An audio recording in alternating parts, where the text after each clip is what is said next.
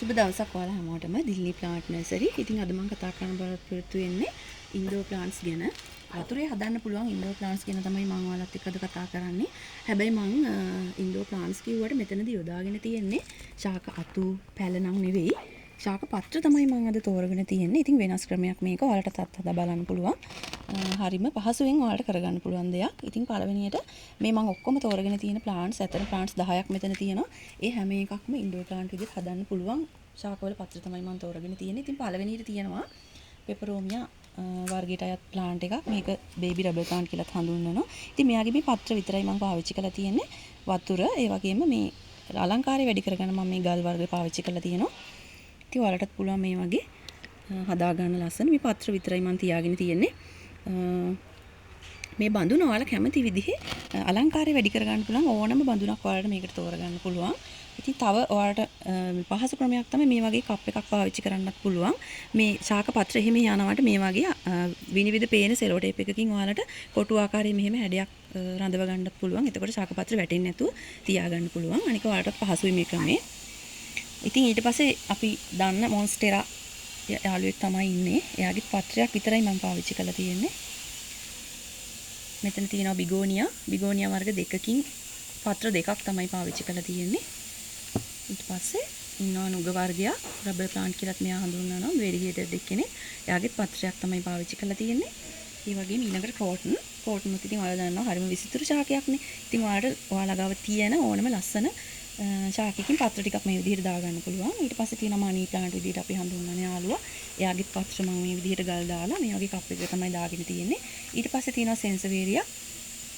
ඊළඟට ඉන්නවා කඩුපුල් යාළුවෙක්. එයාවත් අපිට ඉන්ඩෝර් ප්ලාන්ට් එකක් විදිහට පාවිච්චි කරන්න පුළුවන් වගේම වතුරේ මේ විදිහට හදා ගන්නත් පුළුවන්. ඊළඟට තියෙනවා අම්බ්‍රෙල්ලා ට්‍රී. ඉතින් එයාගේ ශාක පත්‍ර තමයි මම මේ පාවිච්චි කරලා තියෙන්නේ ගල් භාවිතා කරලා වතුර විතරක් භාවිතා කරලා මේ විදිහට. ඊළඟට ඉන්නවා ශාම්රොක්. ඉතින් මෙයාගේ පත්‍ර අපිට ලස්සනට පාවිච්චි කරන්න පුළුවන් වතුරේ හදා ගන්න. ඉතින් මේව පාවිච්චි කරද්දී විශේෂයෙන් ඔයාලා සැලකිලිමත් වෙන්න ඕන දේ තමයි මේ වතුර දවස් දෙකකට සැරයක්වත් මාරු කරන්න. වතුර පිරිසිදුවට තියෙන තරමට ඔයාලට මේ ශාක පත්‍රය හොඳින් පවත්වාගෙන යන්න පුළුවන් කාලයක්. ඉතින් ඊට පස්සේ මේකට ෆර්ටිලයිසර් මොකුත් මම පාවිච්චි කරලා නැහැ. වතුර විතරයි තියෙන්නේ. ඉතින් ඒ නිසා වතුර මාරු කරන එක අනිවාර්යයෙන්ම කරන්න. එතකොට පත්‍රයේ නිරෝගීභාවය ආරක්ෂා වෙනවා. ඒ වගේම මේ ක්‍රමේ තව වාසියක් ඔයාලට තියෙනවා. මේ සමහර ශාක පත්‍ර සති 3ක් විතර යනකොට මුල් ඇදීම පටන් ගන්නවා. ඉතින් එතකොට ඒක ඔයාලට අමතර වාසියක් මේ ක්‍රමේ අලංකාරය වගේම ඉන්ඩෝර් ප්ලාන්ට්ස් ටිකක් තව හදා ගන්නත් ඔයාලට අවස්ථාවක් ලැබෙනවා. මේ කඩුපුල් ඒ වගේම අම්බ්‍රෙල්ලා ට්‍රී එකේ නුග ඒකෙත් සෙන්සවේරියා මේ මනි ප්ලාන්ට් එකේ ඒ වගේම මේ මම මුලින්ම පෙන්නපු රබර් ප්ලාන්ට් එකේ වගේම මේ බිගෝනියා යාළුවාගෙත් මුල් ඇදීමක් සිද්ධ වෙනවා. ඉතින් ඒ නිසා ඔයාලට ඒකෙන් අමතරව ඉන්ඩෝර් ප්ලාන්ට්ස් ටිකක් තව හදා ගන්නත් අවස්ථාවක් ලැබෙනවා. ඒ වගේම කුංචි ඉඩ කඩක හරිම පොඩි ඉඩ කඩකුණක් මෙයාලා මේ විදිහට තියාගන්න ඔයාලට පුළුවන්. ඒකත් ඉතින් ගොඩක් ලොකු පහසුවක්.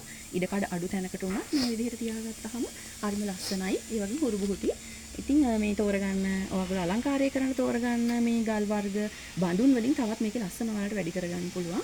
ඉතින් වෙන මේ අපි තෝරගෙන තියෙන පත්‍රයක් නිසා මෙයාලට ඉතින් උදෑසන හිරු එළිය ලැබෙන්න සලස්වනවා නම් හොඳයි. පෙරිලා ලැබෙන සූර්යාලෝකය මෙයාලටත් ලබා දෙන්න. ඒ වගේම මේ පත්‍ර මත දූවිලි එහෙම තියෙනවා නම් ඒවා පිහදාලා ඉවත් කරන්න, වතුර ටිකක් ස්ප්‍රේ කරන්න. ඒ වගේ දේවල් වලින් මෙයාලා දිගු කාල වලට පවත්වා ගන්න පුළුවන්. ඉතින් මේ ක්‍රමේ ඔයාලා අනුගමනය කරලා බලන්න. මොන හරි ගැටලු තියෙනවා නම් මට WhatsApp message එකක් දාන්න. ඉතින් ඔයාලත් අත්පතා බලන්න මේ ක්‍රමේ ගොඩක් වැදගත් වෙයි ඔයාලට.